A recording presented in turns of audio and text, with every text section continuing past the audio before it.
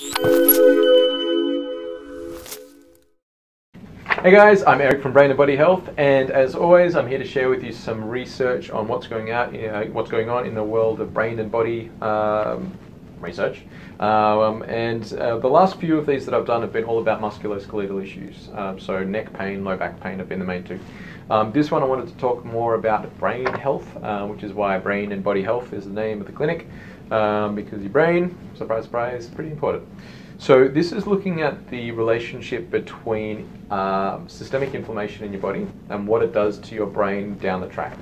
So what they did is they MRI'd a whole bunch of people, and they did an MRI 24 years apart. And they measured inflammation at both stages, and what they found is that the people that were inflamed in your 40s and 50s, 24 years later, there was a substantial decrease in brain volume in those people compared to the people that didn't have inflammation in their body. So let's go through the specifics.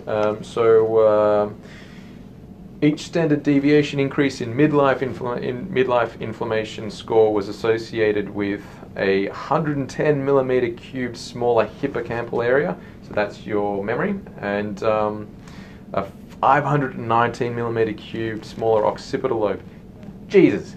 And a 532 millimeter cube smaller Alzheimer's disease signature regions, which is pretty scary. So that's where inflammation during your life does have an impact on brain volume as you get older and older and older, which scares the crap out of me because I've had a reasonably inflamed life, and now I'm going to do a lot more to try and correct that because I don't want my brain to shrink like a sponge. There are things that you can do to help decrease inflammation. One is avoid any crappy food that causes inflammation.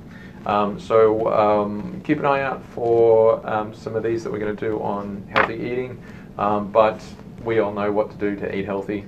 Sugar, Maccas, it's not that hard.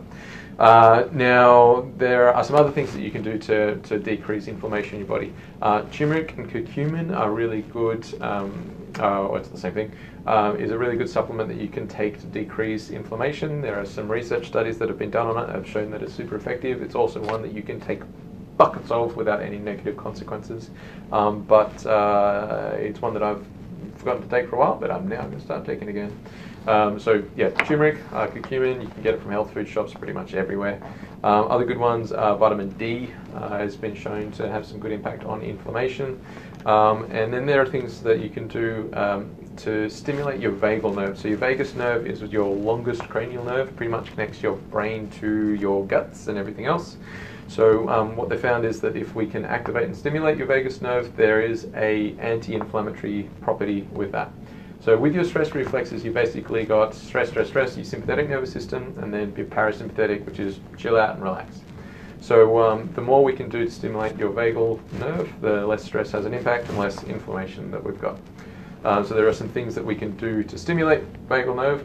So cold showers, they've found there's a good impact on vagal tone to increase your parasympathetic output. Singing, gargling, humming, some things that you can do. Meditation is a great way of increasing your vagal output. Yoga, exercise. Keep an eye out for another one of these that I'm going to do specifically on this topic about vagal output and what you can do to fix it, because it is an important thing now that we know, because no one wants their brain to shrink. A whole host of things you can do. Now, one of the really important things to do is to take measurements constantly. So you can go to your GP and get measurements on your inflammatory levels with blood tests and the whole sorts of thing. That's not my cup of tea because I don't know how to do it, so go to your GP to get that done. But one of the things that we can do in clinic is a heart rate variability test, which looks at the balance between your sympathetic and your parasympathetic nervous system. So we know that if we can improve parasympathetic nerve function, we're increasing vagal tone, which is decreasing inflammation and giving you a happier brain for a longer life.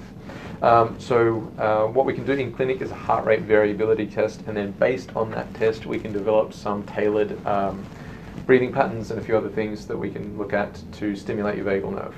So if that's something that you're interested in, send us an email, info@brainandbodyhealth.com.au, or if this is on Facebook, comment below HRV and I'll make sure to get in touch with you ASAP. But I hope that's been informative, I hope you've enjoyed, and keep an eye out for the next one. Cheers guys!